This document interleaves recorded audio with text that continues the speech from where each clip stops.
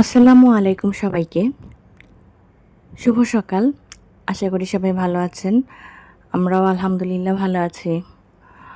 আজকে ছুটির দিন। তো সেজন্য স্লো মর্নিং। কাজের কোনো তেমন প্রেশার নেই। ধীরে সুস্থেই ঘুম থেকে উঠেছি। কারণ সপ্তাহের অন্য দিনগুলোতে দেখা যায় কি মাথার উপরে বিশাল একটা প্রেশার নিয়ে ঘুমাতে হয় যে সকালবেলায় উঠে যেতে হবে। তো সেজন্য আজকে একটু কুল আছে মাথাটা যে না আজকে কাজের প্রেশারটা কম। আর আজকে না আমি ঘুম থেকে উঠে ব্রেকফাস্ট করে কিন্তু একটা জরুরি কাজ করছিলাম। সেটা হচ্ছে আমার রান্নাঘরের কেবিনেটগুলো বাইরে থেকে ভালো করে একটু ক্লিন করে নিচ্ছিলাম। এগুলো অনেক দিন ধরে ক্লিন করা হচ্ছে না। ঈদ করতে চলে গেলাম শ্বশুরবাড়ি। তারপর থেকেও এসে বাচ্চাদের এক্সাম ছিল। সবকিছু মিলিয়ে না সময় করে উঠতে পারিনি। তো সেজন্য আজকে একটু ভাবলাম যে কিচেনটাকে ভালো করে ক্লিন করে নেই। ক্যাবিনেটগুলো বাইরের দিক থেকে। এগুলো আসলে মেইনটেইন করে রাখতে গেলে না মাঝে মাঝেই ক্লিনিংগুলো করতে হয়, নইলে দেখা যায় খুব নোংরা হয়ে যায়। কারণ রান্নাঘরে তো এমনি একটু তেল চিটচিটে ভাব থাকে, যতই কিচেন হুড থাকুক না কেন। তো সে কারণে আমি একটু গরম পানির মধ্যে না ডিটারজেন্ট দিয়ে নিয়েছি। তারপরে সমস্ত ক্যাবিনেটগুলোর গ্লাস সহ ভিতরে বাইরে মুছে নিলাম। আর এই পোর্শনটাতে আমি আমার রেগুলার ইউজের গ্লাস কাপ এগুলো একটু রেখে দিই, বা টুকটাক যেগুলো দরকার লাগে সেগুলো একটু রেখে দিই। এগুলো কিন্তু আজকে অর্গানাইজ করিনি আমি, কারণ আজকে সময় পাচ্ছি না এত কিছু করার। দুপুরে রান্নাও বসাতে হবে। তো যতটুকু সম্ভব ততটুকু করে নিলাম।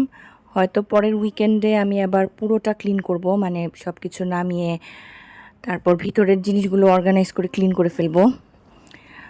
আর দেখেন এদিকে আমি সব ফার্নিচার বা এগুলো ক্লিন করছিলাম দেখে না আমার ছেলেও কিন্তু চলে এসেছে যে আমিও ক্লিন করব সব কিছু। ওর আবার আল্লাহর রহমতে মানে কাজের প্রতি খুব ইন্টারেস্ট। ছেলে বাচ্চাদের কিন্তু সাধারণত এগুলো হয় না, কিন্তু আমার ছেলে মাশাল্লাহ মানে আমাকে যেটা করতে দেখবে, ওর ফার্নিচার মুছতে হবে বা কোনো কিছু কাটতে দেখলে সে দৌড়ে এসে বলবে আমিও কাটবো। এবং এগুলো আসলে খুব ভালো একটা অভ্যাস। কারণ আমরা অনেকে মনে করি যে ছেলে মানুষ কাজের প্রয়োজন নেই, তারা বসে থাকবে, কিন্তু ব্যাপারটা ঠিক না। সংসারে আসলে ছেলে মেয়ে উভয়েরই কিন্তু সমান কন্ট্রিবিউশন থাকলে জিনিসটা সুবিধা হয়। কারণ একজন মেয়ের পক্ষে সব কিছু মেনটেন করা কিন্তু খুব কঠিন, তাই না? মনে হয় যে খুব সহজ কাজ, সারাদিন মনে হয় গৃহিণী বাসায় শুয়েই থাকে, আসলে ব্যাপারটা তা না। সকাল থেকে উঠে মেয়েদের অনেক রকম কাজ করতে হয়, বাচ্চা সামলাতে হয়, সংসারের টুকিটাকি কাজ তো আছেই। তো সেজন্য ছেলে মেয়ে উভয়েরই আসলে কাজটা শেখাটা জরুরি, বিশেষ করে বেসিক কাজগুলো। এদিকে আমি আজকে কিন্তু চিচিঙ্গা ভাজি করব, সেই জন্য চিচিঙ্গাগুলোকে কেটে ধুয়ে নিয়েছি।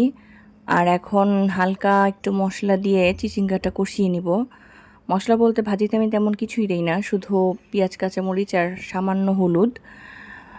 আর এদিকে কিন্তু আমি আজকে একটু রুই মাছ রান্না করছিলাম বেগুন দিয়ে। তো রুই মাছটাকে একটু বেগুন দিয়ে হালকা করে প্রথমে কষিয়ে নিচ্ছিলাম। এদিকে চিচিঙ্গা ভাজিটা যখন একটু সিদ্ধ সিদ্ধ হয়ে আসলো, তখন না আমি তার মধ্যে একটু সরিষার তেল অ্যাড করে দিই। তাহলে না ফ্লেভারটা ভালো লাগে, খেতে মজা হয়। তার উপর যখন একদম হয়ে আসলো তখন তো ডিম ভেঙে দিলাম দুটো। এখন ভাজা ভাজা করে ফেলবো। আর এদিকে আমি রাইস কুকারে এখন ভাত বসিয়ে দিব। আর হ্যাঁ, ইদানিং কিন্তু আপনারা একটা জিনিস দেখেছেন তাই না, রাইস কুকারে যে ইলেকট্রিক শকটা লাগে। তো সেজন্য সবসময় না রাইস কুকারে সব কিছু সুইচ দেওয়াটা সবচেয়ে লাস্টে করতে হয়। সব কিছু বসিয়ে তারপরে একদম লাস্টে সুইচটা দিয়ে দিলে ভালো হয়। আর আমি তো রান্না টান্না শেষ করে কিচেনটাকে একদম ক্লিন করে নিলাম।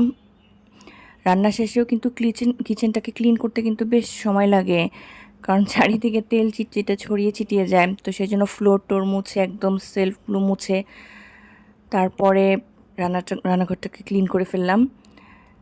আর সন্ধ্যার দিকে আজকে আমি একটু স্কিন কেয়ার করছি। অনেক দিন ধরে না মুখে কিছুই করা হচ্ছে না, তো সেজন্য একটু লাভসের এই ফেস মাস্কটা মুখে দিব। আর এদিকে আজকে বাচ্চাদের জন্য একটু স্যুপ রান্না করব।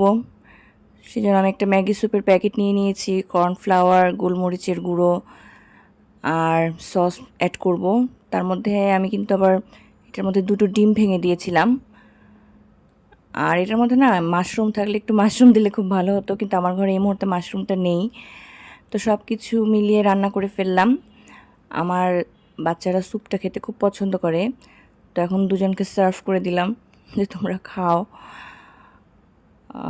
বাচ্চাদের না আসলে এক এক দিন এক এক রকম খাবারের বায়না। আমার বাচ্চা কখনো কখনো একটা জিনিস খাবে, আবার কখনো কখনো বলবে কি এটা খাবো না আজকে। সন্ধ্যার নাস্তাটা নিয়ে খুব প্যারা আসলে। এদিকে হাজব্যান্ড মাগরিবের নামাজ পড়ে আসার সময় কিছু জিনিস নিয়ে আসলো। নুডলস শেষ হয়ে গিয়েছিল আমার। তারপর চকলেট বিস্কিটসগুলো আমার খুব লাগে বাবুদের জন্য, তো সেগুলো 2 প্যাকেট নিয়ে আসলো, কুকিজগুলো। আর তার উপর আরও কিছু সসেস নিয়ে এসেছে 1 প্যাকেট। সসেস তো বাচ্চাদের ঘরে মাস্ট, তাই না? হ্যান্ড ওয়াশ নিয়ে এসেছে। আর মিল্ক ভিটা দুধ নিয়ে এসেছিল। দুধটা তো আমার ঘরে সবসময় থাকে, আর আমরা না সবসময় মিল্ক ভিটা দুধটাই ইউজ করি। এটা আমার কাছে খেতেও বেশ ভালোই লাগে। মানে মনে হয় এটা ছাড়া অন্যগুলো খেতে আমার না এখন তেমন একটা ভালো লাগে না, এই জন্য সবসময় আমরা মিল্ক ভিটাটা ইউজ করি। তার উপর সন্ধ্যায় নাস্তা খাওয়া শেষে সবাইকে একটু আম কেটে দিলাম যে তোমরা আম খাও। বাচ্চাদেরকে ওর বাবাও একটু ফ্রুটস খাইয়ে দিল। সবাই একসাথে খেলে না এই ফ্রুটস খাওয়ার অভ্যাসটা হয়ে যায় বাচ্চাদের। আর আজকে কিন্তু আমি আরেকটা কাজ করব, সেটা হচ্ছে বাবুদের জন্য না আমি একটু আইসক্রিম বানাবো। তো এখানে আমি দুধের সাথে একটু কাস্টার্ড পাউডার আর কনডেন্স মিল্ক দিয়ে দুধটাকে জাল করে নিয়েছি, আর সামান্য চিনি দিয়েছি। তার উপর ম্যাঙ্গোর যে কাঠটা সেটা আমি এই মিশ্রণের মধ্যে ঢেলে দিয়েছি, দিয়ে ভালো করে দুধটাকে কিন্তু প্রথমে জাল করে নিয়েছিলাম, নাড়াচাড়া করেছি। আর এই যে এগুলোকে এখন মোল্ডের মধ্যে দিয়ে দিলাম। এখন এটাকে ফ্রিজিং করব। তো তারপরে কিন্তু 7-8 ঘন্টা রাখলেই ফ্রিজে এটা একদম জমে পুরো আইসক্রিমের মতো হয়ে যাবে। বাচ্চাদের আবদারেই মূলত আইসক্রিমটা বানানো। তো আজকের ব্লগটা এই পর্যন্তই। ভালো থাকবেন সবাই, ধন্যবাদ সবাইকে।